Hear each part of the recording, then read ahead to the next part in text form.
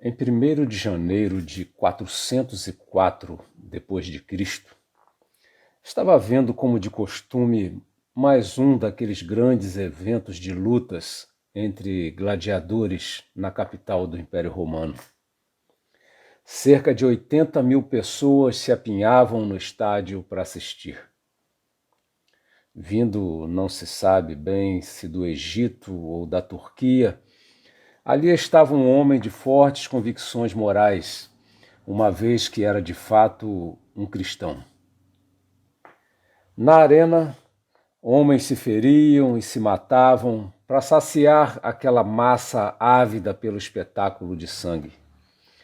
Em meio aos gritos da multidão excitada pelo macabro show, aquele homem que peregrinou de bem longe até ali, anônimo na massa, salta para a arena e se coloca entre os gladiadores. Seu nome era Telêmaco. Os gladiadores o evitaram e continuaram o combate, mas ele novamente se põe entre eles, tentando impedir que se matassem. O público, indignado com aquela intromissão desautorizada, começa a lançar pedras contra ele. O prefeito, vendo como o público agia, ordenou um golpe final à espada, e ali Telêmaco morreu. É dito ainda que a multidão que antes gritava pedindo sua morte ficou chocada quando ela aconteceu. Aquele homem entrou no estádio sem que ninguém o notasse. Parecia apenas mais um, mas ele não era. Tomando conhecimento do ocorrido, o imperador Honório ordenou que cessassem os espetáculos de morte. Aquela foi a última luta de gladiadores até a morte em Roma. Telêmaco foi considerado um mártir cristão. O filósofo Immanuel Kant, em seu livro A Religião nos Limites da Simples Razão, escreve que a consciência é um saber que em si é um dever. Eu vou repetir. A consciência é um saber que em si é um dever. Porque todo saber implica em algo. Há consequências lógicas do que se sabe ser. Por exemplo, se sei que alguém se sacrifica para cuidar de mim, isso implica em consequências éticas. Se alguém depende de minha atenção, e eu sei disso, há nesse dado um dever implícito. Em nenhum desses casos citados como exemplo, seria ético não tratar respeitosamente das pessoas. Um respeito até além do comum a todas as pessoas. É muito comum, mesmo no meio filosófico, acentuar a diferença entre o saber e o fazer. E, de fato, saber o que fazer é muito diferente de fazer o que se sabe. Muitos sabem, mas não fazem. Muitos são doutores em determinadas questões que não praticam. O que Kant afirma é que o saber em si já requer um fazer, já que se sabe, mesmo que não se faça. O saber torna a pessoa indesculpável, é isso que ele diz. A esse respeito, eu lembro de uma aula do saudoso professor Orlando Ritter sobre os diversos níveis de dissertação intelectual, níveis de conhecimento. E ali ele listou os conhecimentos que são obtidos por lógica, obtidos por pesquisa científica, pela axiologia, análise dos valores, e por fim ele chama a atenção para o fato de que, uma vez de posse de qualquer conhecimento, cabe ao ser humano perguntar a si mesmo: já que sei o que se espera de mim? O que devo fazer já que sei o que sei? Se sei que isto leva àquilo, se sei que tal coisa faz mal, se sei que tal faz bem, se sei por que me fizeram o que fizeram, se sei o que disseram, se sei o que acontece quando, tudo isso nos reporta a uma reação adequada. Se alguém sabe, por exemplo, que seu filho está passando fome, se sabe que a casa do vizinho está em chamas, se sabe que a ponte à frente caiu, enfim, cada uma dessas coisas e todas as outras coisas, quando se sabe, confirmam a fala de Kant, que diz: a consciência é um saber que em si é um dever. Mas, após cada filosofia marcante, como de costume, os que filosofam a seguir costumam dialogar com aquela filosofia que marcou época. É comum que muitos a acompanhem e que outros a rejeitem, mas todos a terão como seu material de interlocução, como aquilo com que conversarão. Não foi diferente em relação à filosofia de Kant.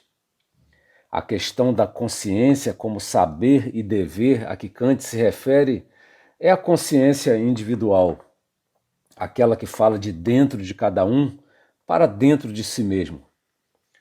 Mas a filosofia que se seguiu pós-Kant se incumbiu da tarefa de transferir a responsabilidade desta consciência individual para a consciência coletiva. Agora, não mais o indivíduo deveria se sentir na responsabilidade, no dever de atender aos reclamos de seu saber, mas deveria se submeter à análise coletiva tanto para avaliar o seu saber, quanto para avaliar o seu dever. É claro que não foram todos os filósofos que seguiram esta nova linha, mas esta linha teve uma grande influência sobre a nossa sociedade. É que, considerando que muitos se equivocam sobre o saber, porque pensam saber o que não sabem, e por isso pensam dever o que não devem, a base para construir o perigo das decisões individuais, monocráticas, estava posta. Qualquer pessoa, por mais louca ou por mais sábia que seja, pode ter plena convicção de seu saber e de seu dever, mas o risco de decisões individuais serem nocivas realmente parece bem grande. Na discussão coletiva, ao se ouvir os outros, as outras versões, outras visões, há maior chance de filtragem das ideias e da formação de pensamentos de melhor qualidade, mais imparciais.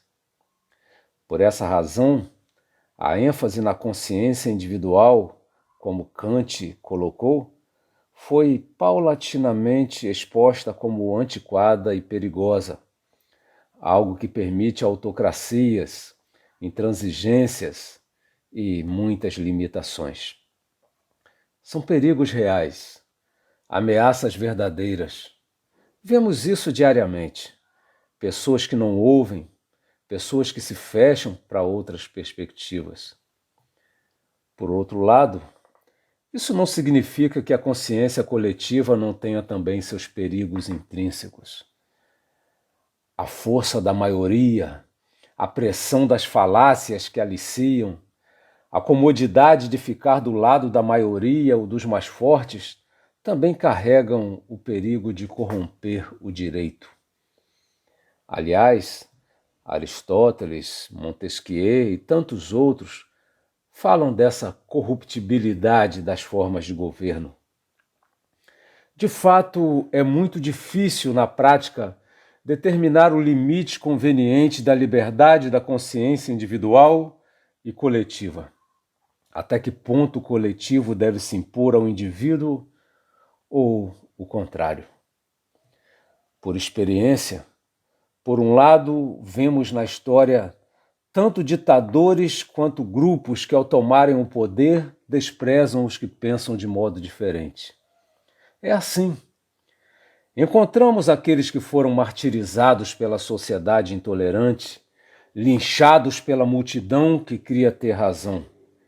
E também encontramos aquele que atira na multidão porque acha que tem razão.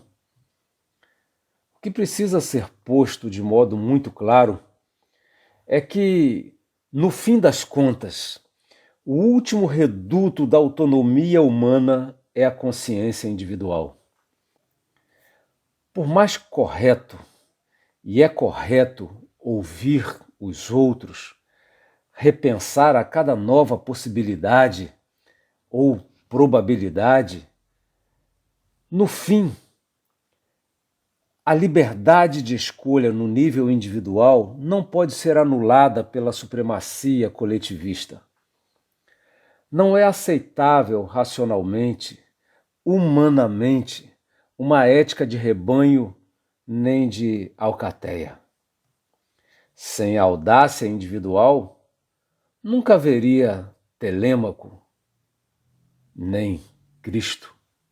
Nunca haveria heróis. Os heróis são justamente aqueles que se põem a fazer porque sabem. Sendo que saber é dever, querer que alguém assuma como dever aquilo que não foi convencido, que ninguém lhe fez saber, é absurdo. E talvez você pense, mas se a grande maioria pensar diferente? É óbvio que o amor ao próximo, a busca do bem-estar geral precisam estar presentes.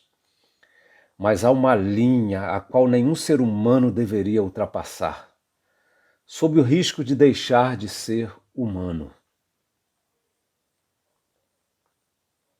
Alex Carrel, observa o Dr. Schwantz, afirma que a nossa civilização, com seu excesso de refinamento, tende a dissolver as qualidades heróicas do homem.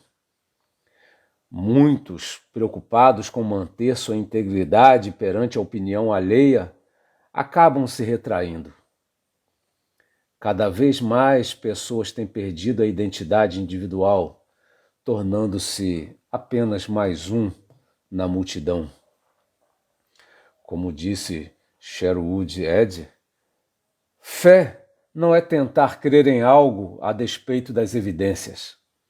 Fé é ousar fazer algo a despeito das consequências. A consciência é um saber que em si é um dever. Isto é um fato. Ser indivíduo não é ser egoísta, nem ser egocêntrico, nem mesmo individualista. É ser autêntico, é ser capaz de se apresentar como é ter coragem de ser quem é, justamente porque sabe o que sabe. Inclusive, é preciso saber que deve sempre buscar mais saber e sempre ter em mente que a cada saber um dever.